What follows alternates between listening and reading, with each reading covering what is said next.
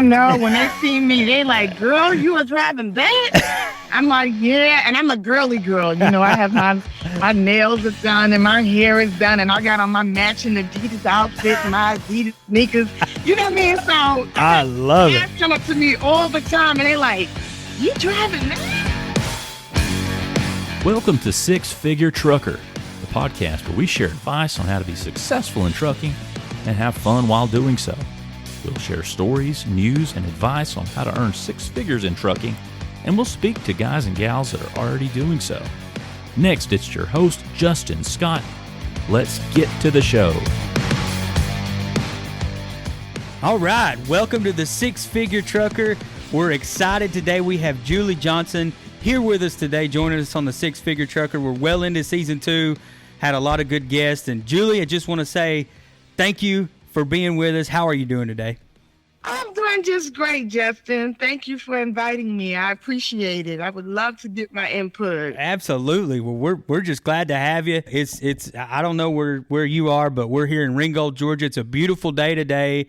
The sun is shining. It is. It's a little cool. You're Georgia too, right? Are you? Yes, I'm actually in Noonan, Georgia. Noonan, okay. Yes. Yes. Awesome. I'm in Noonan. I know Noonan well. So the weather's probably similar to what we have here. It's beautiful today. A beautiful day. Well, that's good to hear. Well, we'll jump right to it. Julie, obviously you've been with us for quite some time. I think you started early this year with us, and you know, how's everything going with you? How are things going in the Driveaway world? Tell us a little bit about yourself. Well, everything is going great. I love Driveaway. I actually started with another Driveaway company initially, and things were a lot different. But when I would go over to Rydell, Georgia to pick up, I would meet other drivers that were there to pick up as well. And I would ask them, you know, like, what company are you with? And then they would tell me they were with Norton and maybe some other companies.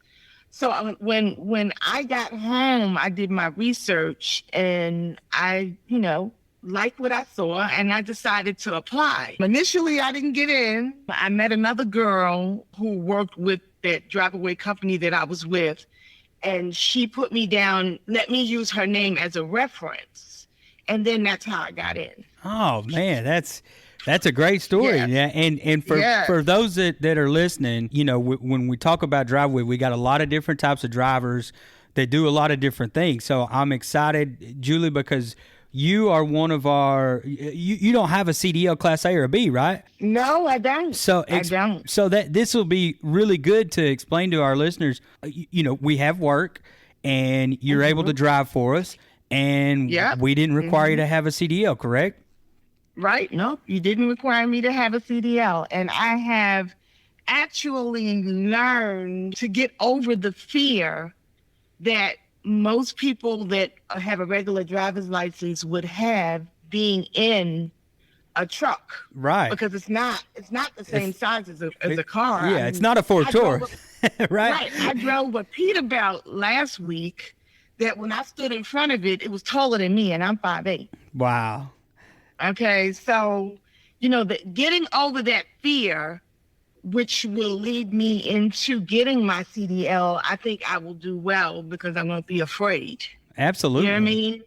Yeah, because it's a big vehicle. We're driving vehicles that are 26,000 pounds. Exactly. Yeah, it's a great point. When you think about, they're still commercial vehicles, right? So, we have non-CDL drivers that are driving commercial vehicles that still fit the non-CDL guidelines. But you're absolutely right.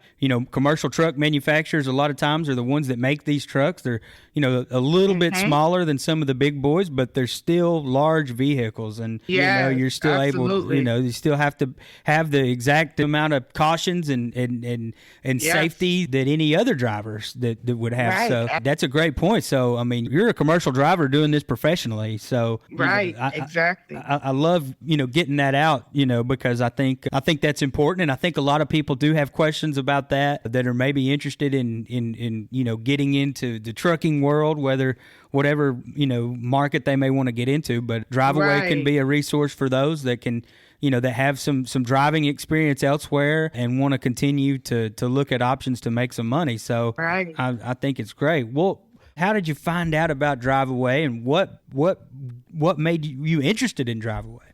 Well, I have always been a person that has worked more than one job. I was a single parent raising a set of twins by myself. I divorced when they were 9, and I always had to work 2 jobs. So I would work my full-time job, and then I always had either Uber. I started out with Uber. Okay. I went from Uber to Amazon Flex, delivering packages. And then I went to the Driveaway company that I was telling you about. Right. But they do things differently where how can I explain it? It's like with giving the load, and they say, Julie, this is where you have to go to pick it up. This is where you need to drop it off. We'll see you later. And I like that. Yeah. Because I'm my own boss. I direct my own time. You know what I mean? I'm doing my business. It's my business. That's right. You know what I mean? You have to look at it like it's your business, and you handle it, in a way whereas people will feel comfortable saying, here, Julie, this is the truck. See you later. And they know that I'm going to deliver it. They know that when it gets there, it's going to be clean. You know what I mean? Because, yesterday I went to pick up a truck. Okay. The truck, usually when I go to this place, they usually have the plastic on the seats. Oh, yeah. It's clean. Yeah, yeah. Yesterday I went and I picked up a truck and it was filthy. Oh, wow. Oh my God, I was gonna die. But that's what I'm saying. I don't take care of trucks like that. Anytime I deliver a truck and you talk to a client after I deliver the truck, they're gonna say good things about it because I sweep out the inside. I make sure everything looks brand new. I clean off the steering wheel with Clorox wipes. I wipe down the dash. I make sure everything is clean. And that's what you need to do when, you're driving someone else's property. You know what I mean? Absolutely. So, this is a business for me. So that's how I treat it, like it's my business. Because at the end of the year, I'm not getting a W-2, I'm getting a 1099.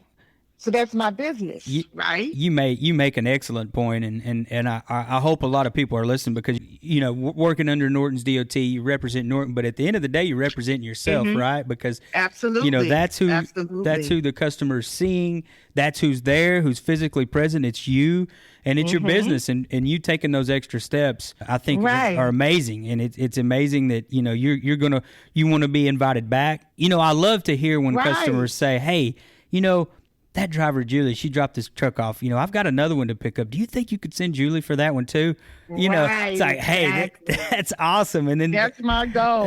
And so I love hearing that. But I think that's great. And you sometimes going the extra mile.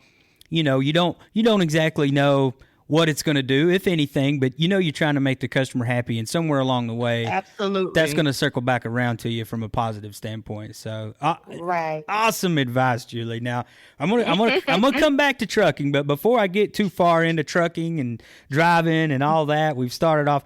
Now, Courtney is your dispatcher, right? Yeah, she sure is. Now, she shared some wonderful news that I don't know if is accurate or even if you want to share, but you've got a grandchild. Yes, he was 3 months old on the 14th. Well, congratulations. Yes. So you're going to get to spend some time with him. Is that right?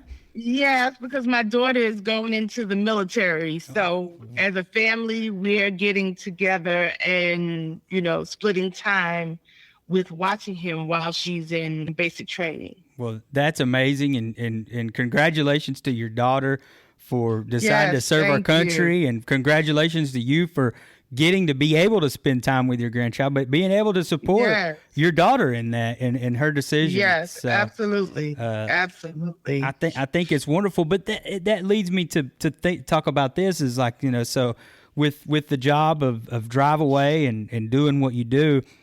Is it cool to be able to have the flexibility to say, hey, I'm going to do this, and knowing that, hey, when I'm ready to do whatever it is I want to do on the road again, that we're still here. We're not done. We'll be here for you. Absolutely. I actually talked with Courtney today, and, she was, mentioning to me that she was going out on maternity leave. That's right. And we wished each other well, and we made plans to talk to each other again when she comes back in March, in which I'll be back in December. Okay. Yes, that's wonderful. Absolutely. But absolutely. That's one thing I love about it is the flexibility. That's what we hear from a lot of our drivers is, people have lives and people have got a lot of moving parts, and the regular 9 to 5 is not, sometimes it's just not feasible for everybody. It's not right for everybody. So being able to be your own boss, treat it like it's your business, it comes with a lot of responsibility. Don't get me wrong. It does. But it also comes with a little bit more flexibility. So there's opportunity cost there, right? When making the decision to be your own boss and work for yourself. Is that true? Yep, absolutely. That's true. Yep, absolutely. So as you transition to Driveaway and obviously you were working multiple jobs and doing Uber, doing some different driving jobs. What was the hardest thing about the transition into something like this that you feel like you had to take on? Well, I would say, I guess basically you're saying like what is the toughest part about doing Driveaway? Yeah, or just the transition in itself, just doing something new, or maybe learning, learning about it, or what was tough for you? Because if we're talking to people that may be interested, or what's some hurdles you feel like you had to overcome that, if you were to talk to somebody that were getting into this space would help them out maybe? Well, number one, I would say follow the rules, period. You know what I mean? If you follow the rules, you'll be fine. Follow the rules of the road, meaning do the speed limit, don't speed, which most of the time we can't anyway because it doesn't really go above like 75. I think maybe a couple of times I may have gotten a truck that went above 75, like 80, 85 miles an hour. But follow the rules of the road, because a lot of truckers, they get angry with you if you pull out into that left lane and you just sit there and not move over. Oh, yeah. So, they'll high beam you. They'll basically sometimes try to run you off the road. Like, if they get so raised that you're just sitting there holding up traffic. So when you go from the slow lane to the lane on the left, pass whatever you're going to pass, and you get back over again. That's good. So basically, it's really all about following the rules of the road. Do the speed limit. Whatever the signs say, you do exactly what the signs say, and you'll be fine. And another thing I would say is planning your trips. I plan my trips. I'll look up the vehicle to see how many miles I get per gallon, to know how many miles I have to go, to tell me how many times I'm going to have to fill up. I have Gas Buddy on my phone where I try to get the cheapest fuel. You just have to plan. Man, that's... Plan and follow the rules. Those are the two things I would say. I think you're exactly right. Those two things are really important. And, the planning piece of it, we've heard that a lot. But I think those that can't or have not been successful, I feel like in this space are those who maybe couldn't understand that, because you said a lot of good things there.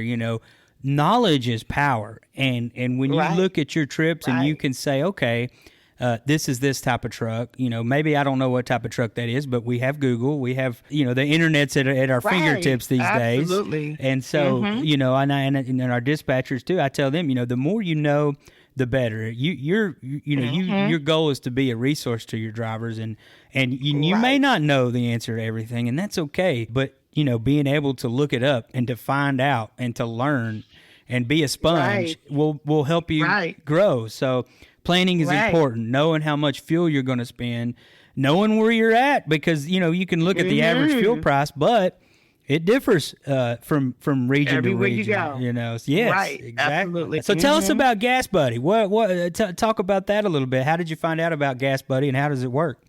Gas Buddy, I just found out about. I went on to my app store and I did a search for gas, and that was one of the apps that came up.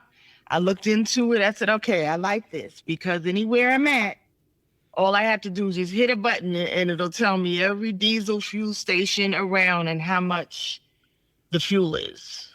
How far away I am from it and all of that. So we need that when a lot of times we're picking up vehicles and they're on E. So we need to make sure we are what is the closest diesel fuel station. And if you're going up north, that's a hard thing to kind of find as well, as far as finding diesel fuel where you can fit, because they don't really have a lot of truck stops. When you go to New Hampshire or Boston, they don't have a whole lot of. It's not like I-75 truck stops. Right. No, not at all. They don't have fuel stops. So you have to find a truck stop. You have to look at the height of your truck. Make sure the height of your truck is going to fit underneath the thing that they have that you have to go underneath to be able to get the fuel. And that's another thing that's really, really important. And this happened to me. I was on my way. I was going from Boston, Massachusetts to Fort Lauderdale, Florida. And I always take long trips. That's just me. I like long trips. Oh, yeah. So I get there and, I had to find a fuel station. That was another hard part, like what we just discussed. But when you're going up north, because they have a lot of bridges that are old, they don't meet the height requirements for your truck. So you have to use an app called Road Hunter. Road Hunter is the app that you use, and you put in there the height of your truck, the weight of your truck, and it leads you on the route to avoid bridges that are 10 feet high and your truck is 13 feet high. Right. Because you're gonna rip the top off of it. Yeah. So you have to be that happened to me because I got off of 95 and I took, I think, the Hudson Parkway. And the Hudson Parkway had a bridge that was coming up that was 10 feet tall. And I said, no, Julie, I had to get off. And I had to take the back roads where I would pass there. And then I went back to 95. So I really should have stayed on 95. But I was trying to get around the Bruckner Expressway, which has potholes that are older than me, and I'm 56. So trying for a little bit smoother of a ride there. Right, exactly. But that wasn't a good idea. And thank God I realized that bridge was coming up that was 10 feet, and that truck was higher than that. I would have ripped the top off of it.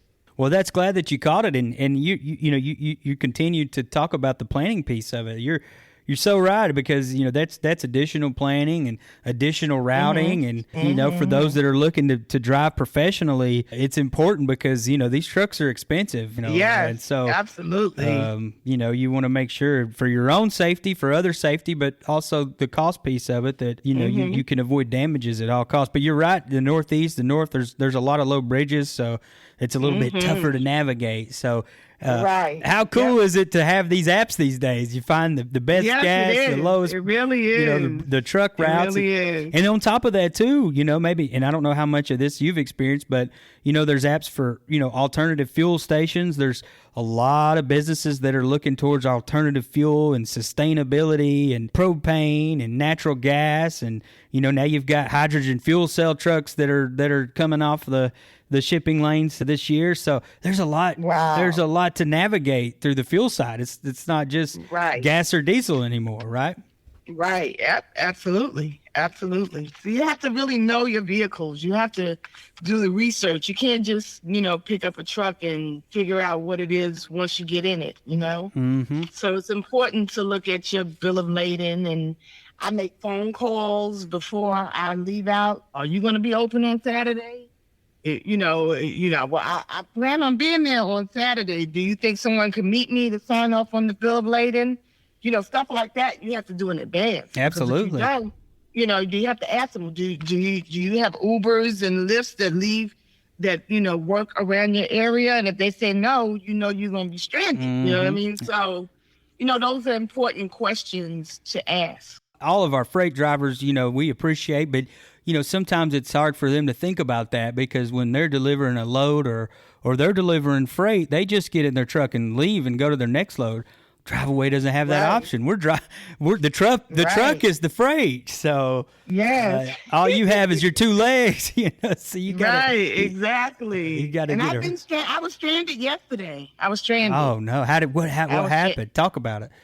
Well, yesterday, like I said, I went to pick up a truck, and the inside of that truck was so horrible. And the company that we were picking up from said, well, that's how they brought the truck to me. But I mean, I mean, just me being who I am and my integrity, even if someone bought the truck like that to me, I still would have cleaned it. Yes. Why would you, just because somebody bought it to you like that, you're going to leave it like that? I mean, when I tell you it was filthy, it looked like somebody turned over a garbage can in the inside of it. Oh, that's bad. That's gross. Yeah. I've always picked up from this place, but I've never had a problem where I got there and I didn't want to take the load. Yeah, and so my Uber driver left me because I said, at first I couldn't figure out what truck it was because they don't have the unit numbers on the outside. So when I finally realized, because she said, I hope you're not driving that one. I said, I doubt it. Yeah, no, that's not it. And she left me, and here I am in the middle of nowhere with no way to get home. I sat out there for 3 hours, and it was getting dark. Oh, my God. And I realized, I said, oh, my God, I know there are animals out here. I'm going to end up being Tarzan. I'm going to be fighting for my life in a minute. Oh, that we laugh, but that's true. I had to call the police. I called the police. The police came and got me and drove me to the Love's gas station where I would have to get fuel because it was going to be on empty. Where I go, every time I go there to pick up, I have to go to that fuel station. So the police came and drove. I've never been in the back of a police car, but I was yesterday. And he drove me to the Love's gas station, and my daughter had to drive an hour and a half to come get me. Bless your heart. But that's a good story for people to hear. You had to use your resources because, what do you do, and you had to resort to what you had to do. And you're in a tough situation all around because, obviously, how nice would it have been to know, beforehand the condition of that truck, but we're not, they don't let us know that. They're whoever's wanting the truck just wants the truck and may leave that information out just so they can get it and hopefully have whoever's driving it not worry about it. But that's just that was a man's one. That was a love for a man. For sure. Well, one thing about, I'm pretty sure somebody came and got it today. Oh, but that's, what's so cool about this industry and trucking as a whole is, there's a lot of women drivers that are coming into our industry. You are inspiring a new generation of drivers. Yes. And I meet a lot of them on the road. And, I'm a friendly person anyways. I'm always making friends. It's wonderful. We talk.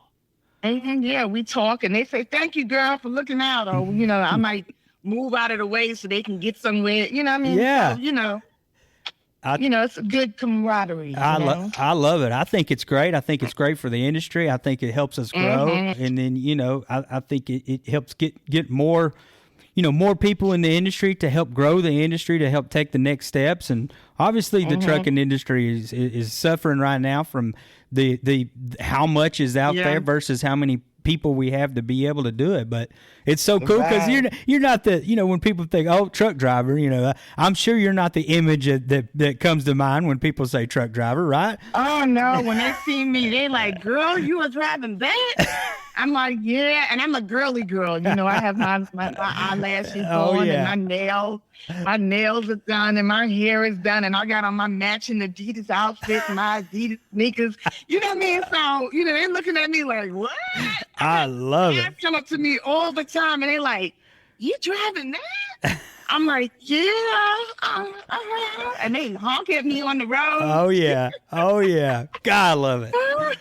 Oh, that's awesome. But it's so fun. cool. It's fun. Breaking barriers and, it's, there is no one person that fits that driver profile. Anybody can be in the industry. Anybody can do it. And it takes a lot of hard work, takes a lot of planning. And obviously Julie's doing a great job at that. I got to move on to the topic that I think is well, not the most important, but it's important, very important. How's the money? How's the money? The money is awesome. The money is awesome. I mean, in about a week, I can bring in $3,000. Wow. I mean, I'm driving from, a lot of my loads I go from the East Coast to the West Coast once a week.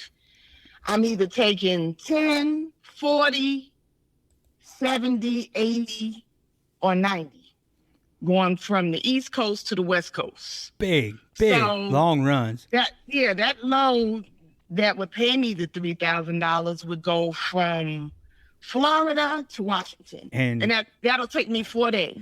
And I was going to say now, and you get it. Now for those that are listening, you don't know Julie and however long that takes you, no judgments here, but Julie gets it. Now I know Julie because you know, when you got a customer, how long is this going to take? Don't worry. She'll be there.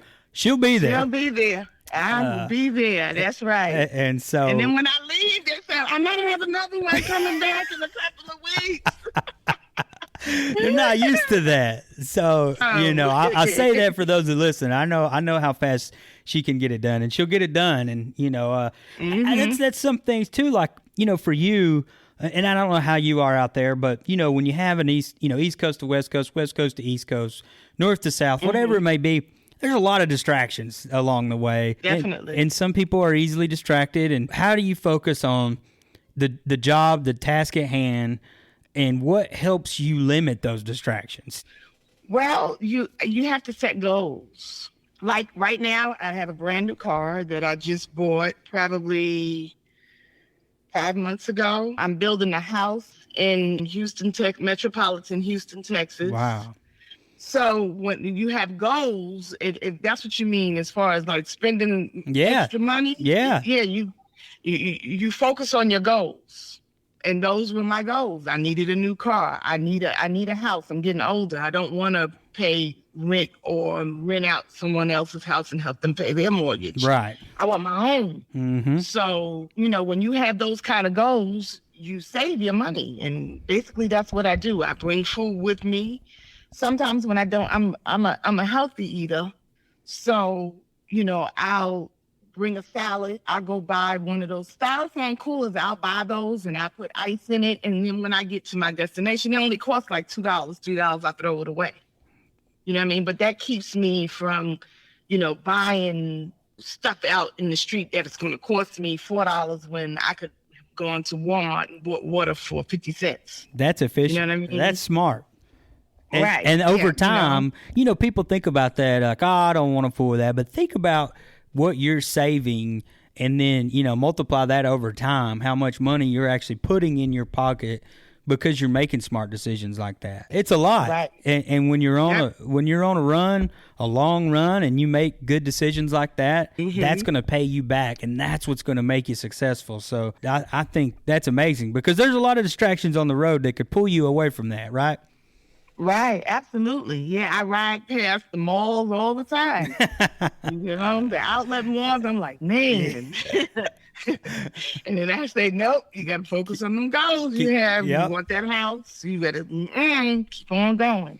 Well, that's amazing. And, you know, I think setting goals is important, you know, especially financially in anything you're doing. But as, you know, even as an independent contractor, I think it's magnified more because, you know, you're your own boss. You have to control expenses more.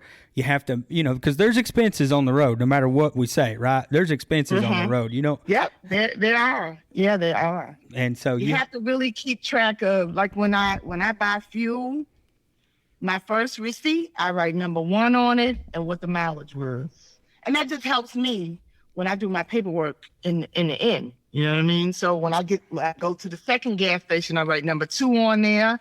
I'll make sure that the front of it has the city and the state on there. I'll put what the mileage was when I stopped. So, you know, it's a lot of things that you can do to just make your life a lot easier, you know? And sounds like you're very detailed. Very deep. Well, I come from my full-time job was administrative work at Fortune 500 companies. That's where I started out because I'm 56 now. So in 1985, I started out as an administrative assistant at Morgan Stanley. And then I went from Bear Stearns I worked for Fortune 500 companies. And then now, prior to the trucking, I was in the legal field. So I was a legal secretary at major law firms in Atlanta. I was a word processor at major law firms in Atlanta. So you have to have attention to details to do that kind of work. So that's what gives me that edge because I had that background. Yeah, and those are great backgrounds to have when you're coming into something like this. There was a gentleman that we had last season on the Six Figure Trucker, and he made a good point. When he delivered the truck, I guess he was going over some things about the truck or whatever it may have been with the customer, and the customer said, "Well, you don't sound like a truck driver. You sound like a businessman." And he said, "Well, if you're a good truck driver, then you are a businessman." That's right. And obviously, like businessman, businesswoman, I just took that to heart because he was absolutely right. You know, those that are successful in our industry, you know, we're business people, and your background in those industries helped you be more attention to detail and multitasking. I mean, when you think about the legal aspect of the things you were doing, and you know, some of these big companies, you know, that you have to be able to multitask and have really strong attention to detail. Right, absolutely. Now, do you miss that type of work sometimes, being in the office environment? And no. I like driving. And honestly, to get into this industry and last, you have to like to drive. You have to like it. Yeah. That's very important.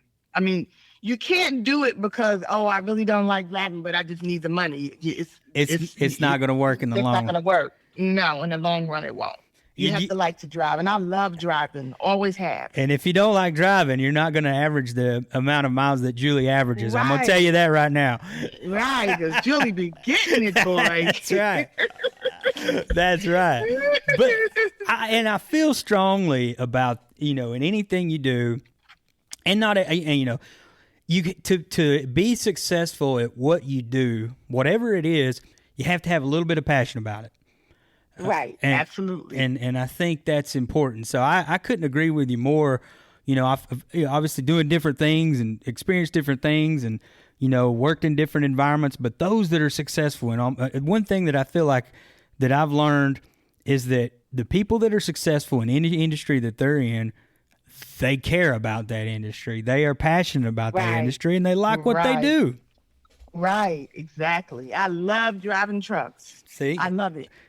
But you know what? I would want Norton to do eventually. Yes. Which I think would be a good idea if they had a CDL program where we pay for it now, which would help us get our CDL, because I have tried it, but I never went to the testing part of the situation, which I know that if I did take the test, I don't know, I can't say whether I would pass it or not, but I know that I know how to change gears, downshift, upshift in a CDL vehicle.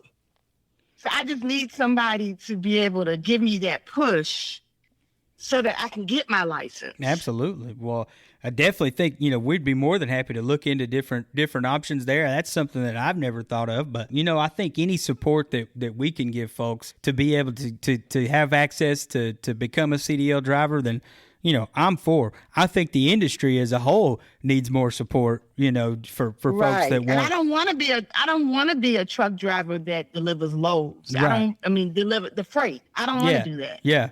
Because that's working for really somebody else, unless you're buying your own trailer and with your rig and trailer. Right. You know what I mean? They keep you in the truck for months at a time, and you don't go home. That's not the Driveaway. Driveaway, you pick up a load, you drop it off. If you feel like taking another one, you take another one. If you want to go home, you go home. That's right. The flexibility there is what what draws you to the interest of what we do. Mm-hmm. Right. And I like that a lot. I understand that. And two, you know, I guess, you know, thinking about in your space, you know, opening up the window to the CDL loads, that's more money. You see more loads, that's more money, right? Right. Absolutely. Because right now I can't take everything. I'll see something, I'll be like, oh man, I would like to go, you know, that far, those amount of miles, and then I click on it and it says CDL. And I'm like, I can't take that. You know what I mean? Well, we'll work on that for you, Julie. You've got my commitment on that, all right? Okay. You do too good of a job for it. I'm going to tell you this. CDL drivers that are listening for Norton, close your ears, but Julie is beating y'all's behinds on miles, so just... I'll trade some of them for you if you don't mind. Okay, thank you. I'll take it. Good. Well, I'm glad you enjoy it. I think it's great. I think you're doing a fantastic job. Thank you so much. What are some other perks that you feel like you enjoy in Driveaway? What are some other things that you've learned since being in the industry that you like? Well, I mean, I've learned different trucks. I learned a lot of. I learned about trucks in the CDL programs that I was in, and it just confirmed a lot of the things that I learned by actually being in the truck. You know what I mean? Yeah. It's like I know I learned that you got to do a pre-trip. You got to pop that hood and make sure you have coolant in there and it's enough coolant.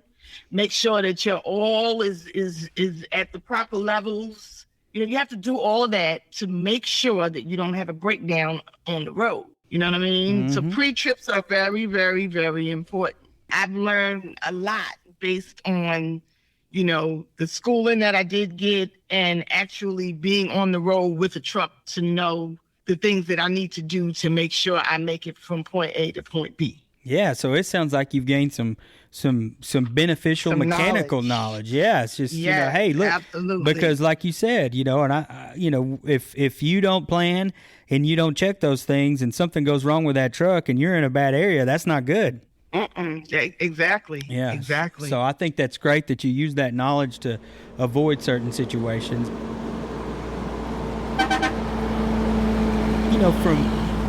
From a money standpoint, that you're able to make the amount of money. What are some things that you like about Norton that's allowed you to help do that more?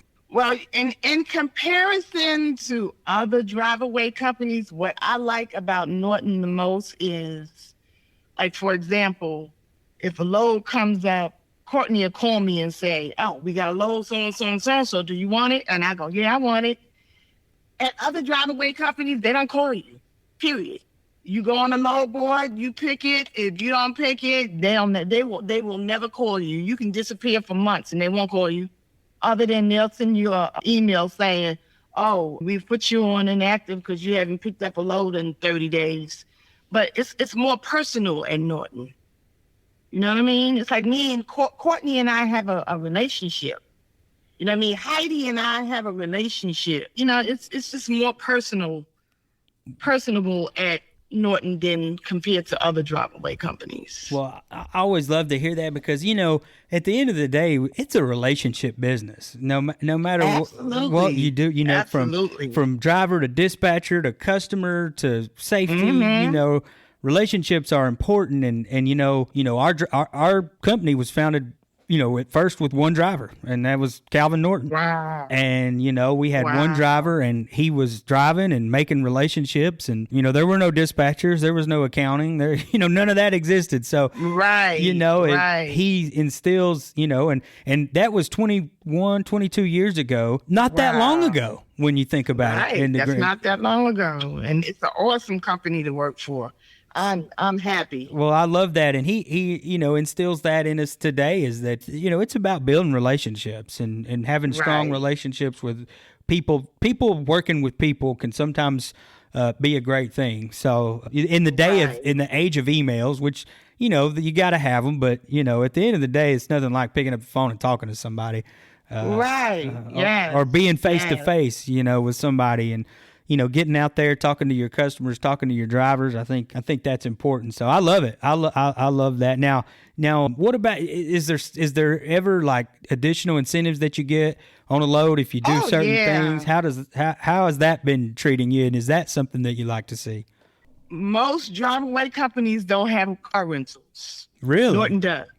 No, they don't have car rentals.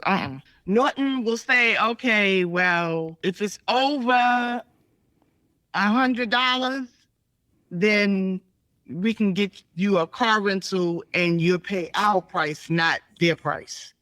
Oh, that's awesome. So, if it's $60 a day, that's cheaper than paying $120, $150 for an Uber. Absolutely. I'll drive myself and drop it off. Other Driveaway companies do not have that. Well, and I think that's about moving people around, right? Yeah. You got to do it. And but they don't, a lot of Driveaway companies it's your responsibility to get from point A to point B. We don't want to even hear it. That's, the mentality. They don't do that at Norton. Norton, if the Uber costs $150, they'll say, okay, we'll give you 80. They don't do that at other driveway companies. They don't get involved. They just give you the load and that's it. You only call them if the truck breaks down. Well, I think it's important to have a support system available to our drivers. I think absolutely. I think that's important because it can get you're on your own a lot as an independent contractor, and there's right. only we need to control our part, do our part as much as we can, and learn and continue to learn to try to help do our part. So right, and you do a great job, and I think again with planning your trips. And, making sure that you call the appropriate people to make sure they're available the day that you think you're going to get there. All of that alleviates getting you involved. When, it's like we're big kids. We should be able to plan out our trips and make sure that we make the appropriate phone calls ourselves, opposed to having you do it. That's part of it being our own business. We need to do that, not make sure that you do it. You got how many of us? 1,000 of us. I can't expect you to call everybody for me, and it's my business. I need to call and make sure and form relationships with because when I'm driving that truck, it's mine. That's right. You know what I mean? Anything that happens to it while I have it, it's going to be my responsibility. Well, and I feel the same way you do because, like for me, it's like, hey, I want to call this guy and I want to hear it from him or her that they're going to be there when I don't know. For me, it was that, hey, I want to know that it was me that called and that I heard it and that you said it. That way I'm not, anytime information is passed 2 to 3 different sources, you lose a little bit of info along the way. And I always want to avoid that at all costs. So. Absolutely. And it's all about being professional. When I call somebody, I don't call them by their first name. I'll say Mr. So-and-so until they tell me. You don't have to call me that. Call me Bob. You know what I mean? Yeah. But it's all about being professional. And I'm so professional that they want to help me. That's right. So instead of me taking an Uber from there to the airport, they'll drive me to the airport without me even asking. That's great. You know what I mean? So you have to form relationships in a professional manner when you're handling, business. Well, you just gave out a great life lesson to a lot of people, I hope, that are listening, because you're absolutely right. Presenting yourself in a certain way gives you perks to life that, some people don't. And I look clean and neat when I get there. The inside of the truck is clean, neat, and it's smelling good. They want you. You've got people wanting to go out of their way to help you because you've went the extra mile. Absolutely. I'm not smoking weed in the truck. I'm not doing that. I don't smoke weed, period. Yeah. But there are people that do stuff like that. Oh yeah. You can't do that. And they're not going to get a ride to the airport. And then you get the truck there, and then the people have to smell weed. Come on, that's not professional.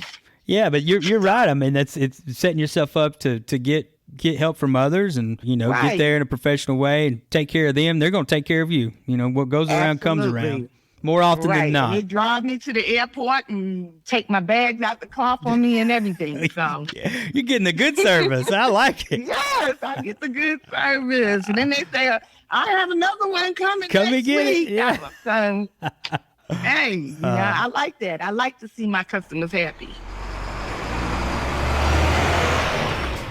Well, talk about this a little bit. You're on the road. You visited, a lot of different places now.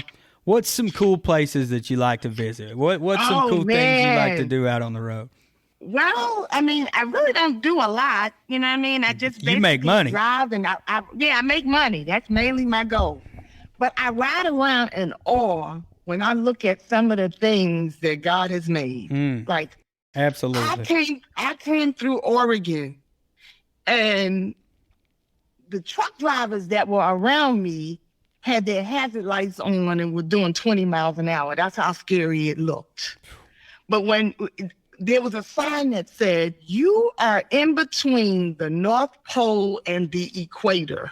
And when you looked off to your left, like how you go to the beach and you look out on the ocean and it looks like it never ends, this is how it looked but instead of it being water, it was land. Wow. That were cut off in little like pieces of a puzzle that were all different colors. I mean, it was so beautiful. I was like, oh my God, this is amazing. I mean, I had been places that I would never just go on my own. I would never go to Idaho, Iowa, South Dakota. I wouldn't visit those places on my own, to be honest with you.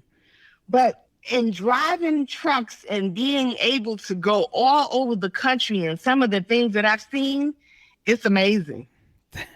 That's really so is amazing. true. I love that because it is so neat to take in that scenery that you haven't seen before or otherwise just haven't gotten to experience, and it can take your breath away. Some of the cool things that are out there.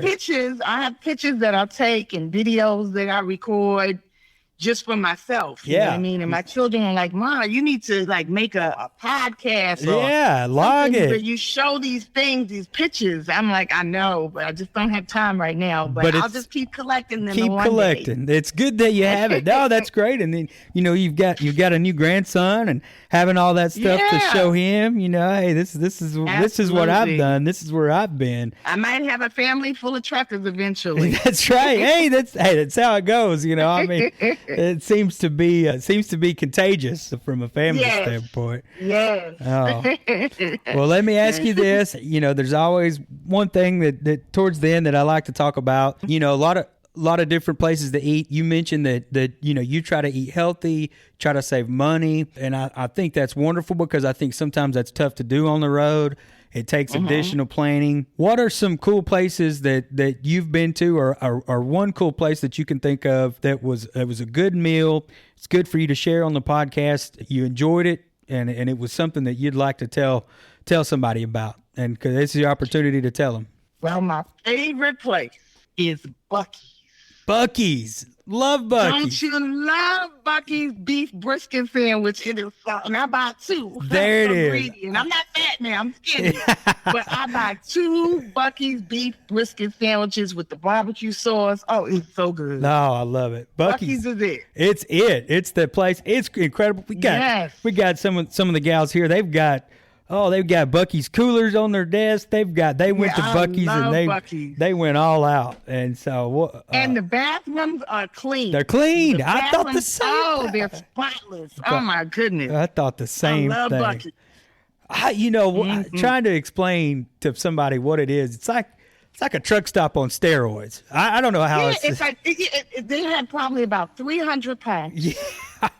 Okay, I've never in my life been to a gas station that has 300 pumps. Never stops. Okay, yeah. Never stops.